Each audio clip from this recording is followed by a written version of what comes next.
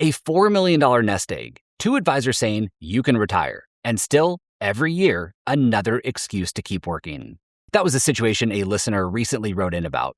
On paper, he's in great shape, but emotionally, he can't quite make the leap. Markets feel uncertain, inflation is still a concern, and another year of work always seems like it will just buy a little more safety. So his question was simple, honest, and probably familiar. What data point will finally give me 100% confidence to retire? To help answer that, Dr. Daniel Crosby drops by. Daniel is a psychologist and behavioral finance expert, and as you'll hear, his answer is not a number. We also tackle questions like, why does the excitement from a big purchase fade so quickly? And how can you spend in a way that creates more lasting happiness? If you had $10,000 to spend on a family trip, a home project, or a cause you care about, which one is most likely to leave a lasting impact? And when is stay the course and ignore the noise the wrong advice? If you've done a great job saving but still wrestle with how to spend, when to finally retire, or what will make the next chapter feel meaningful, you'll enjoy this conversation. She wrote in a question that said, Daniel, in your last conversation with Taylor, you used the Ferrari example to explain how quickly the excitement from a purchase can wear off. I'm curious to learn a little more about the research on this. Do we know how long the happiness boost tends to last for different kinds of spending? Is there a better way to spend in retirement so enjoyment doesn't wear off so fast? One thought that crossed my mind was maybe taking several smaller trips throughout the year instead of one big one, but I'm curious to hear your thoughts. Yeah, so this is a fantastic question. Please say hello to Atlanta for me. I miss it. I miss it very much. So the term here is adaptation, right?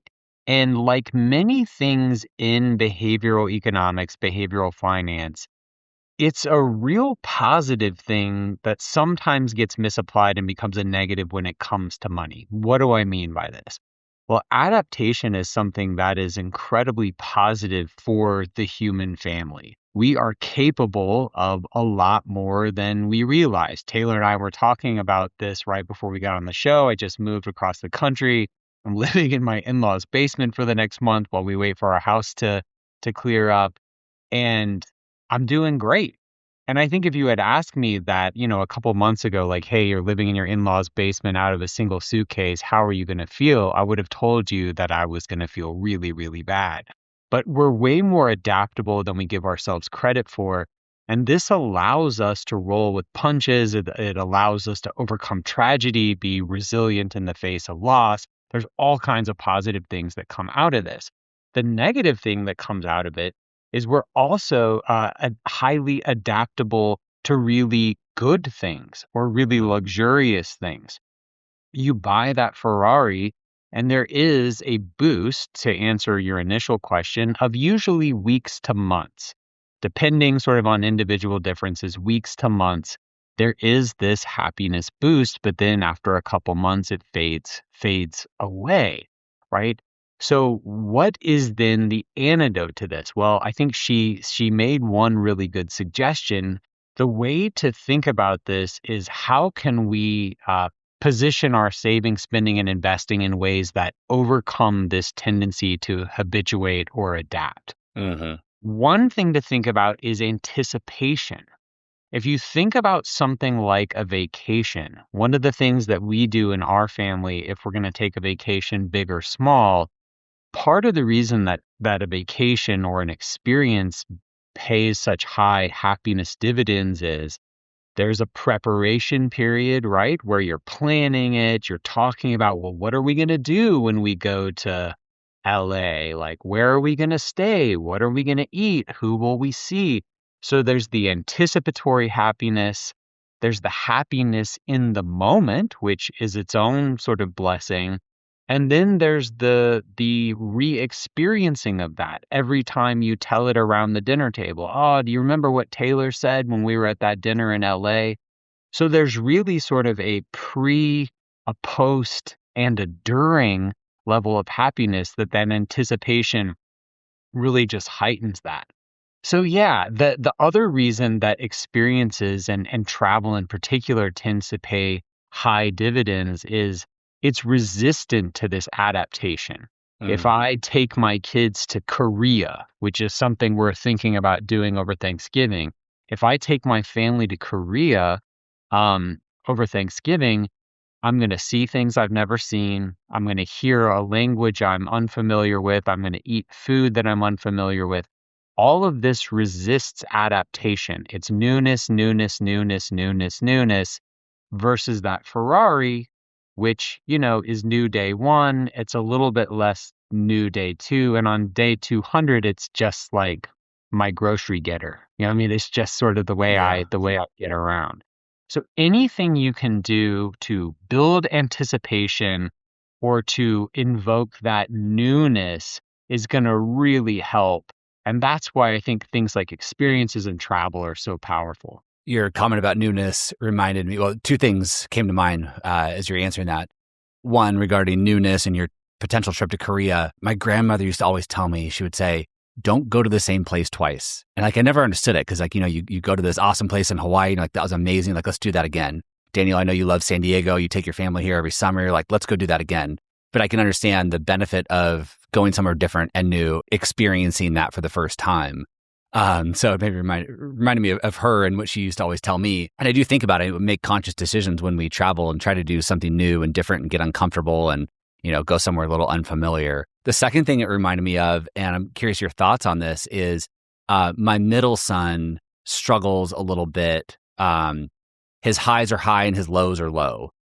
He gets these like really big dopamine hits. It could be going on a trip. It could be he gets an hour of video games and he's really excited and plays video games. And then once video games are done, he goes into this like really difficult period. And what I started thinking about as you're answering that question is there a benefit? And this is what I do with him now as a way to kind of handle this is I always have something else kind of planned for him after that hour of video games. Like after video games, we're all going to go in the pool together and go have a good time, right? Or after video games, we're all going to go out to a fun pizza dinner or something. Like we'll have something on the back end of that. And it made me think, is there something here around travel where you start planning that next trip or you always have that next trip on the books and planned and something to look forward to? Yeah, there's this at the risk of getting heavy here. I think this principle applies. One of my favorite psychologists, a gentleman named Rollo May, has this great quote, and he says, "Depression is the inability to construct a future." And I think about that all the time, like the power of anticipation, the power of something to look forward to. And again, at the risk of being heavy here, I used to work at a suicide crisis line when I was in college. And the very, very first thing we would always do, this was the very first piece of instruction we got, was give them something, give them a future. Just like even what are you going to eat tomorrow? What are you going to do this weekend? Just even something that small, give them hope, give them something to look forward to. I think that's a very human thing. We need to know what's next. We need something to look forward to and to anticipate. And so, whether it's something very heavy and sort of existential or whether it's just sort of the joy of planning your next trip, I think that's a really profoundly central human need. Well, I think this segues into our next question really well from Tom in Austin, Texas. And Tom sent me an email that said, Dr. Crosby, you've talked before about how spending on experiences, relationships, and buying back time can make us happier than just buying more stuff. Now that I've settled into retirement, I found that I have some flexibility in my budget and I want to be intentional about how I use it. So let's say I have $10,000 that I could put toward a family trip, a home renovation, or a gift to charity. Is there research that actually compares different things I could spend my money on in terms of how much happiness they tend to produce? I know it's probably not a clean ranking, but does the data give us anything concrete to go on for someone in their early 60s? Yeah, so this is where I love this question. And so, Tom, I'm going to introduce a framework. I love frameworks. This is kind of how I think about the world. I like these simple sort of rubrics I can refer back to. And when it comes to this question of spending money in meaningful ways that lead to flourishing and lasting happiness, for me, there's really 3 B's. And I think they're all sort of equally powerful. Your mileage may vary, pick your favorite. But if you want to spend money in ways that endure, it's believing, belonging, and becoming. So Yeah. let me kind of break those down. Believing is this. We find in the research that people who are the happiest, people who live the lives that they rate as being purposeful and joyful, they operate by some sort of moral code. Um, so this is you making the world a better place. Like whatever that looks like for you, that could be volunteerism or charity or kind of giving back, right? Um, for me, we're having a conversation here. I used to live in the Philippines. I have a big love for Filipinos and Filipino culture. They just had a big natural disaster there. Whenever that happens, and it happens a whole lot in the Philippines, I try and do something, whether it's reach out to someone I know there or give money or, fundraise or do something. That's believing, right? Like that's part of my moral code. That's how I feel like I can impact the world in a positive way. And consistently we see what's called pro-social spending, spending in ways that make the world better in ways that are important to you. That buys a lot of happiness. Belonging piece is all about relationships, right?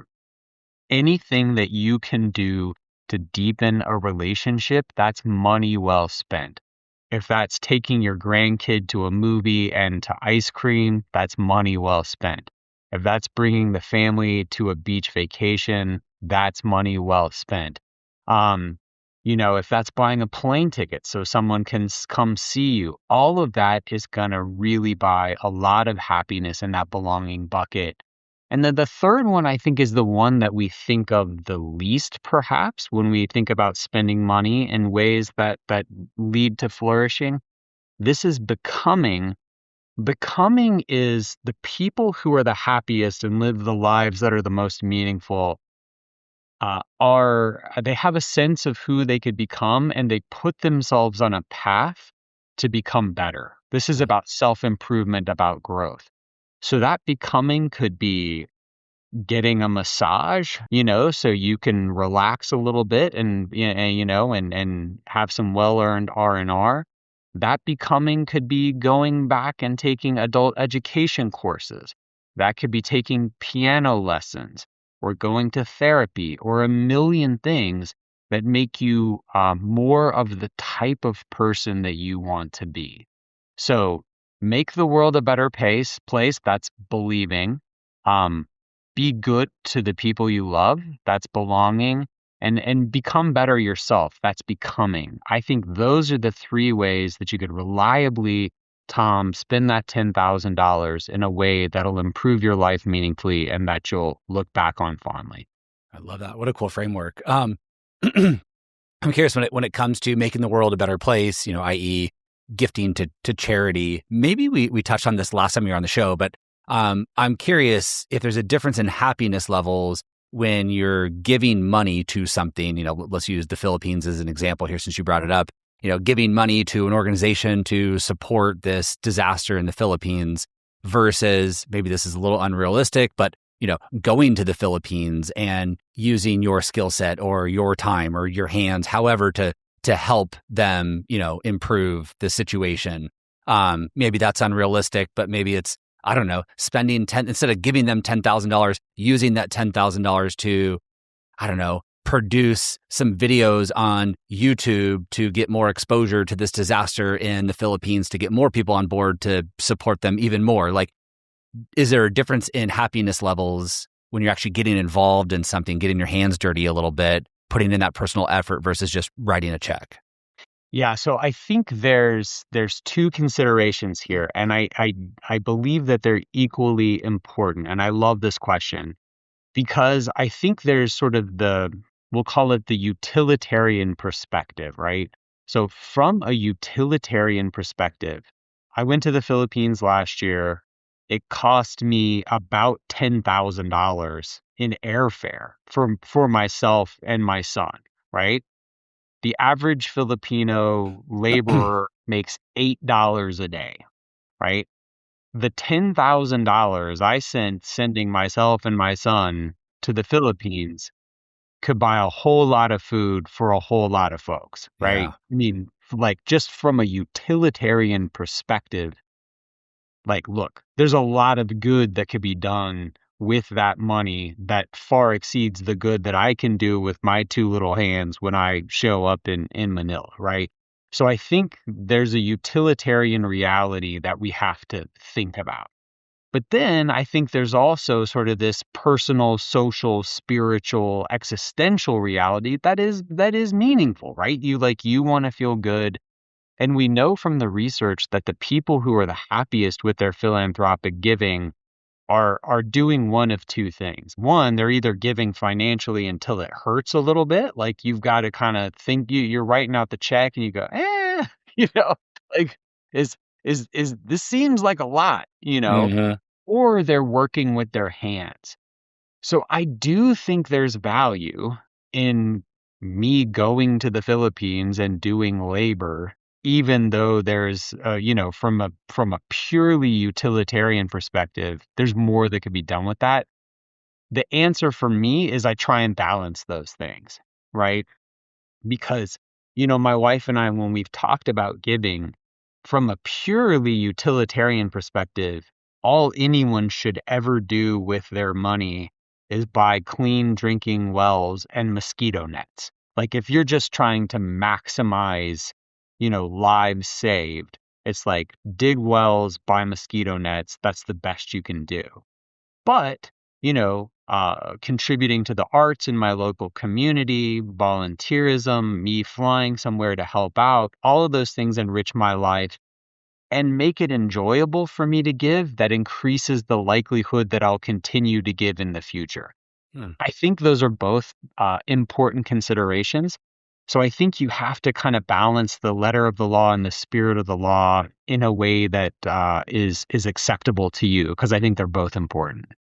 Really good stuff. I appreciate you elaborating on that. Um, let's go ahead and pivot away from happiness and spending in retirement. And our next question comes from David in Boise, Idaho, a little bit closer to where you're at today. And David says, "Hey, Taylor, I'm 63. And for the last few years, I've been telling my wife that I'll retire next year." We've heard this all before, Daniel. But every year I find another excuse to keep working, markets, inflation, or just wanting a bigger cushion. We have about $4 million saved. Two different advisors have said we're okay, and the Monte Carlo projections support that I could have easily retired already. At this point, I'm starting to realize that I'm no longer being smart. I'm just scared to pull the trigger. I'm struggling to figure out what data point will actually give me 100% confidence to make the leap. I'd love to hear your thoughts as I work through this unanticipated challenge. Yeah, so I was just in Boise last week. What a great town. I guess I'm just going to make a comment about every city, but yeah, what a great town. My first time, gorgeous city, and had some great tacos. So David, I love your question. I don't think a data point, candidly, sort of jumping to the conclusion first, I don't think there's a data point on earth that's going to change your mind. I think you have lots of data points. If David were sitting across from me, I think I would want to know a couple of things. One question I would ask David is I would say, hey, if someone handed you a crystal ball proving definitively that you could be financially secure, well into your old age, would you retire tomorrow? I suspect the answer is no, because that's effectively the information that he's getting with the Hmm. Monte Carlo simulations. And if in fact the answer is no, then money isn't the obstacle and there's something larger at play. Which then leads me to my second question. It seems like David is assuming of himself that he's acting irrationally, that he should be retiring and that he's not, and that he's being whatever, stubborn or dug in or something, that he's being irrational. And I assume something different. I assume that there's a deeper reason why he's doing this. And I assume that there's something he's getting out of work that may not be showing up on a balance sheet.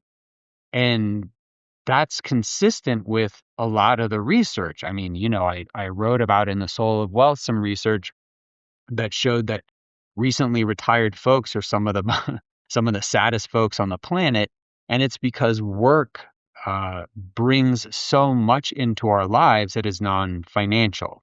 It brings us many of the B's that we talked about earlier, right? It brings us that belonging and that becoming. We have a team at work and we work with people we care about. Um, we're getting promoted. We're learning new skills. We're growing. So those would be kind of my two questions for David, and I guess would be questions I'd ask him to reflect on or have that conversation with someone he cares about. If you had that certainty, would you retire tomorrow? My guess is no. And then if that's the case, then what might you be getting out of work that is actually serving you well? And if you do want to retire, maybe in my example, it's the relationships or the growth. Maybe if you really do want to retire, you need to make a plan for connectedness and growth outside of work. I think for men in particular, the research shows we fail to do this. Men tend to be sort of over-indexed on their work relationships versus women who tend to have broader and stronger relational ties outside of work in addition to at work. And so those are real needs. I imagine that work's bringing that to your life. And if you want to retire, you just got to find a way to get those things somewhere else. Yeah, it just makes me think that so many people assume that retirement is still this kind of black and white decision. Like, do I keep working or do I stop working? Right. Mm. And what we're finding out in the work that we do for clients, and I know this is starting to show up in some of the research, is that more and more people are not retiring in the traditional way. Kind of reminds me of your comment about charitable giving, where you try to kind of strike that balance between writing checks and also getting involved and getting your hands dirty a little bit and kind of finding a balance between those two. Mhm. And I kind of think of this retirement decision the same way. Like, it doesn't have to be this, I'm working today and tomorrow I'm going to stop. It could be that you start to slow down and make that transition a little bit easier, or you have some part-time consulting work in retirement to stay connected with that prior company or to stay connected with your prior clients or people that you enjoy spending time around. So it doesn't have to be this black or white decision. And then kind of on that note of black and white decisions here, with retirement planning, I mean, you could have a great Monte Carlo analysis, great financial advisor does this great analysis, but just because the math says, hey, you're good today, doesn't necessarily mean that you'll be good tomorrow. We just don't know the future, right? We don't have a crystal ball. We don't know what sort of event could be around the corner. And I think we just have to accept that we have to be flexible in retirement. And you can comment on this because I know you've done a lot of work on different levels of saving, but it doesn't really matter, I don't think, whether you have $1 million saved, $4 million saved like David, or 10 or 15 or $20 million. You still worry about those things. Just one big event around the corner could wipe out all of this hard work. So I think we just have to accept that no matter how great a Monte Carlo analysis looks, that it's not this yes-no decision, that we have to accept that we have to be flexible. We know that things could change and that we might have to adapt to whatever environment that, we find ourselves in retirement. I'm not sure if you have any additional thoughts there. Well, I love your sort of taking on our overly binary approach to retirement. Either like I'm grinding and I'm fully in work mode, or I'm, fully in golf mode and work free. Well, that sounds good too. Yeah. I do think some of the happiest, I believe David was in his 60s, and I think some of the happiest people I know that are around that age are people with sort of part-time portfolio careers who are taking their accumulated wisdom, applying that 15 to 30 hours a week, but then also finding a lot of time for family and hobbies and personal well-being. I think that's a wonderful place to be.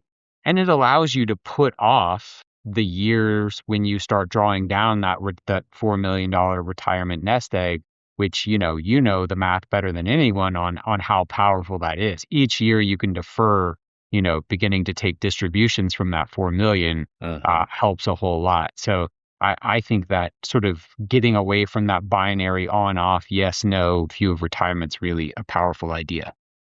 Well, speaking of being flexible, our next question comes from Eileen in Washington, and she sent me an email not that long ago that said, Taylor, I'm 60 and widowed, and I have about $2.5 million saved. I listen to a lot of retirement podcasts, including yours, and the advice always seems to come back to some version of stay the course, don't panic, ignore the noise. I understand the point, but sometimes it starts to feel like the financial version of thoughts and prayers. Are there times when doing nothing and just staying the course is actually the wrong move? And how do you tell the difference between making a thoughtful adjustment and just looking for a reason to mess with the plan? What a great question.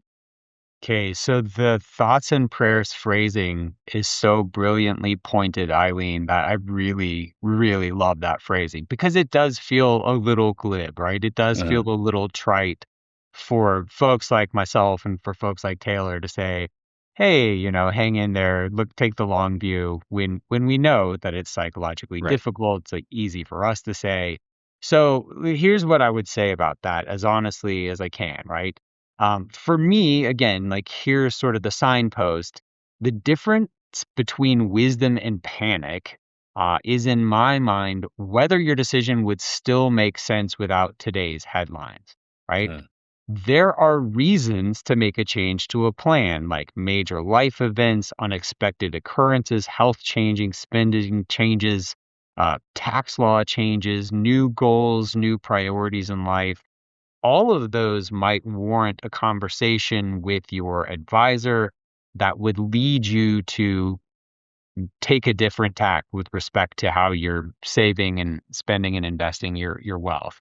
I think the bad reasons are, what you saw this week in the headlines, your political preferences for or against whoever, the current occupant of, Pennsylvania Avenue is. Like these sorts of things I think are largely detrimental. Recent volatility, recent headlines, boredom, FOMO. And it can be hard sometimes because we can position these things in ways that obfuscate the truth from ourselves. It can be hard to tease those things apart. But yeah, that would be my signpost. That would be my signpost would be, would I make the same decision I'm talking about making now if I hadn't if I hadn't looked at the market in 6 months, right? If I hadn't, opened my account in 6 months, would I still be making a change? A little corollary that I will tack on there Yeah. is that sometimes I think it is good to bend and not break. And if market timing is a sin, right, then I suggest that folks sin a little. I borrowed that from Cliff Asness, who's much smarter than me. But one of the over the last couple of years, I've been on this health journey and I've lost a lot of weight and I've gotten in better shape. And one of the ways that I have been able to be consistent with my diet and exercise is by having a Snickers bar or a Reese's cup every night at 8 o'clock, like clockwork, right? And no nutritionist on earth would tell you that that is optimal, right? Like that's not the best. The macros in my Snickers bar are not optimal for that 250 Right. calorie spend, but that sinning a little is the thing that allows me to be on point with the other 90% of my, caloric intake for the day. So sometimes I encourage people to like, hey, if you're worried, sure, take 5% of your wealth and move it to safety, right? Or take 6 months or a year or even 2 years and move it to safety so you sleep better at night. Or look, if you're excited about some of the stuff that's popping off in a hot market, sure, take 3% of your wealth and invest it, play the market and see how it goes. I do think that sinning a little, having sort of a cheat meal, so to speak, Yeah. can be an antidote to making a big swing in and out with the rest of your wealth. So yeah, the two things I would say is the decision being driven by headlines or something more fundamental would be sort of my first sanity check. And then my second sanity check would be, is there a 2 to 5% solution that's going to scratch this itch that I have and help me feel better, but not fundamentally deviate from my plan? What do you say to somebody who says, look, I get it. Don't panic, stay the course, long-term investing, right? Don't do something, just stand there. All these famous things that are said. And when you look back in history, it all clicks. It makes sense. It validates that thinking. But then you have people that say, this time is different, right? the environment that we're in today is different. The president, right? The way he makes decisions is different. How do you respond to something like that when someone understands the philosophy of staying the course, but are looking at things here in the moment and thinking, yeah, but this is entirely different than the last 100 years of history that we've been studying? Yeah, I think even the recent past has given us many examples of times when you could have legitimately said, this time is different, and patience Yeah. was still the right answer. I mean, COVID is a very, very Yeah. easy answer. I mean, look, personally during COVID, I remember thinking like this thing's going to zero. Like, because we are we are shutting down the world's economic engine. Not one state, not one country, the world is staying at home. And look what would have happened to you if you had been impatient and tried to time that. You had every excuse to think that this time was different. You were right. Like you were even right that this time was different, and yet still the market defied that difference. And so, our ability to say this time is or isn't different still has to correspond with market realities, and market realities have time and again defied people's impulses. The other thing that I think we have to self-calibrate and understand about ourselves is we always think it's different. Like we're prone to think it's different way more than it is. If we look at again, like, whether it's a series of volatile elections, assassination attempts, wars, viruses. This is like the last 5 or 6 years. So many big, scary, legitimately bad things. And look at what has happened to optimists and long-term thinkers. So I think we need to understand how sort of finely calibrated we are for worry, and understand how different that is than the reality of the market. Yeah, I'm glad you brought up the COVID era. One of my favorite data points, and I won't get it perfect here, but Nick Majuli had shared either in his book or a blog, I know he shared it when he joined me on the show, that even if you timed the market perfectly and you bought at the low point in March of 2020 when things were just in the gutter, you would have still been buying at higher prices than I think it was 2 or 3 years prior. So like, Right. even if you get these things perfect and time them perfect, you're still buying at the wrong time, essentially. Well, I appreciate you sharing your thoughts on that. Maybe one follow-up question is just given your background in psychology, like, is the framing, stay the course, don't panic, ignore the noise, like, is that constructive? Is there a better way to communicate how to, battle through these difficult time periods? Should we as advisors be using some different phrasing than, hey, client, I hear you, understand you, but just ignore it? So you're gonna have to pardon a digression here because this is one of my favorite stories. So Okay, cool. in the 50s, Betty Crocker came out with instant cake mix. And so because of the Second World War, women had just entered the workforce in unprecedented numbers. You're beginning to see the rise of the dual income family, and people were looking for convenience, right? And so out comes this just add water cake mix that tastes fantastic, right? Well, Betty Crocker thinks they have a hit, but they don't. And they start to see that people are reticent to buy this cake mix, and they dig in and do a little psychographic research. And the reason is because women in particular, moms in particular, think that it's too easy. It feels like cheating. And they're like, it doesn't even feel like I made the cake. Like it doesn't feel special just because it's too simple. And so Betty Crocker re-engineers, reformulates their cake mix to be more like what it is now. You got to add some vanilla and a couple of eggs and some water and some oil, and then you can make the cake mix. They Uh-huh. actually dumb it down to make it a worse product.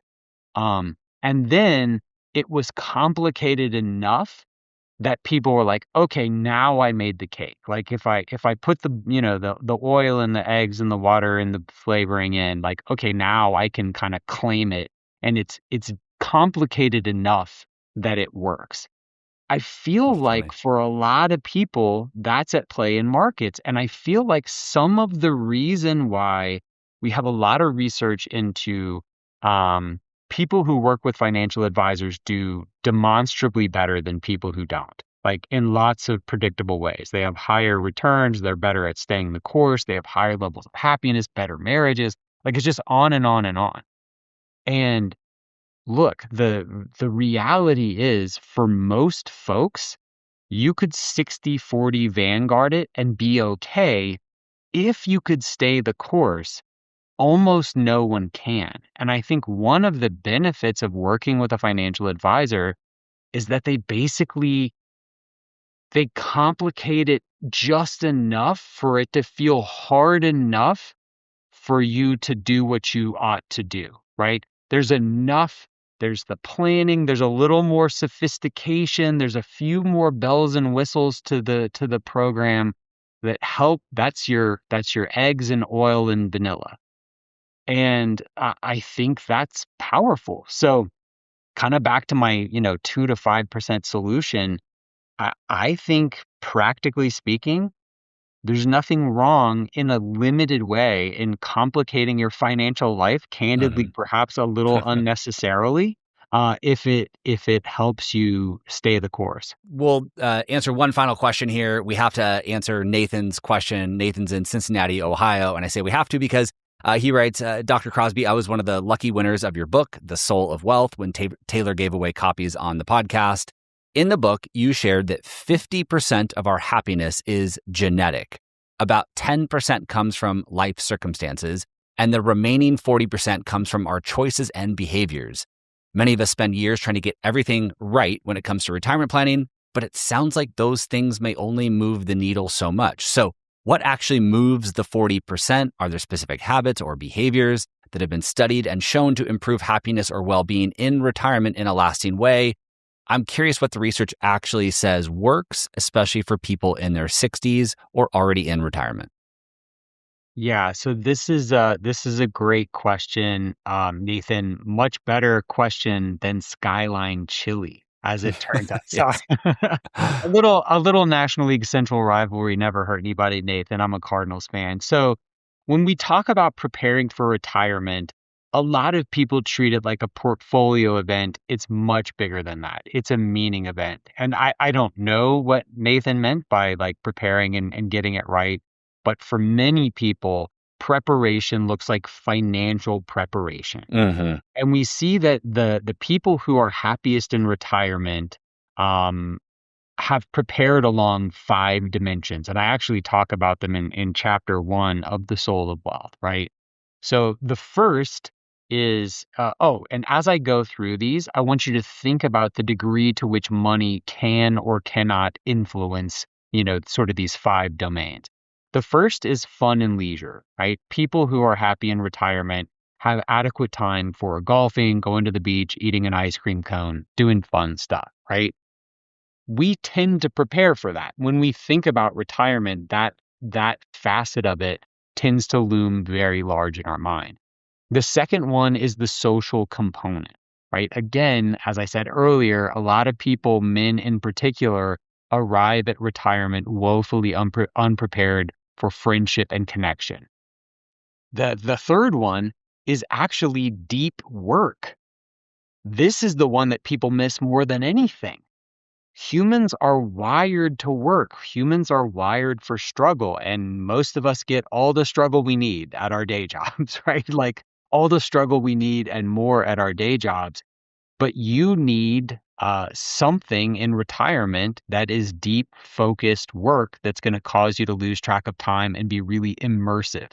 This could be, again, getting better in an instrument.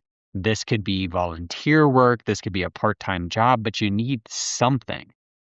The fourth thing that people who are happy in retirement have is a focus on something bigger than themselves.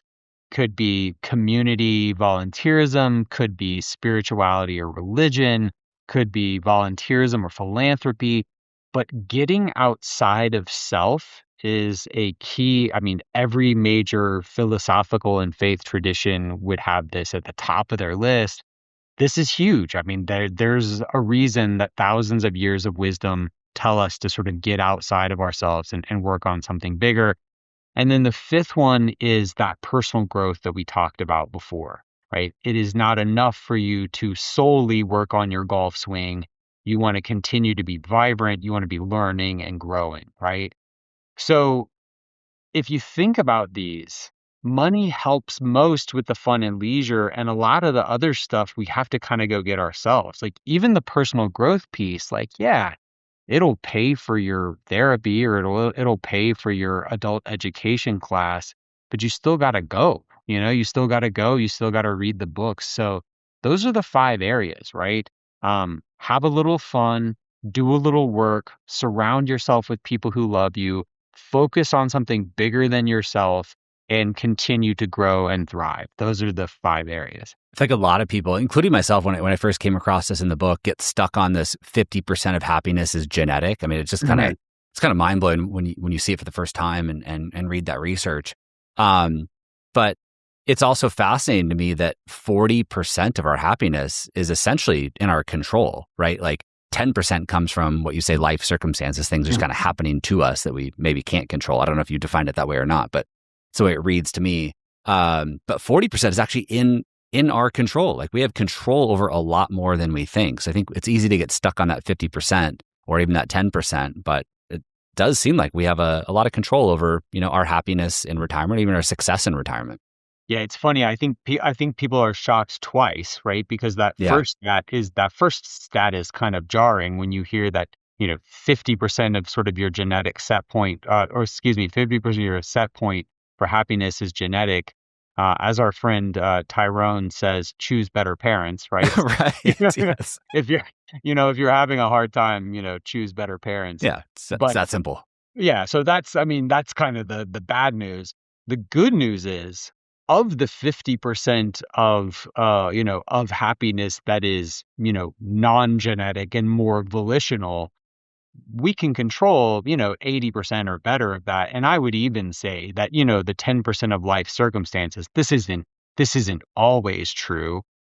Bad things certainly happen to good people, but your life circumstances in general are not totally divorced from the choices you make either. So, of that remaining 50%, I think a great deal of it's in our control, and that's where we choose to focus and not just be sad about not having chosen better parents. Stay the course and focus on the things you can control. I think that sums it up. Daniel, I really appreciate you joining me on the show today and answering these listener questions. It was a lot of fun taking a little bit different of approach having you on the show today. So just thank you very much for joining me. Thank you for your continued work and research and everything you do to support the profession. It's always good to have you here. Well, they were wonderfully thoughtful questions. You clearly have engaged and bright listeners, and thank you for having me back.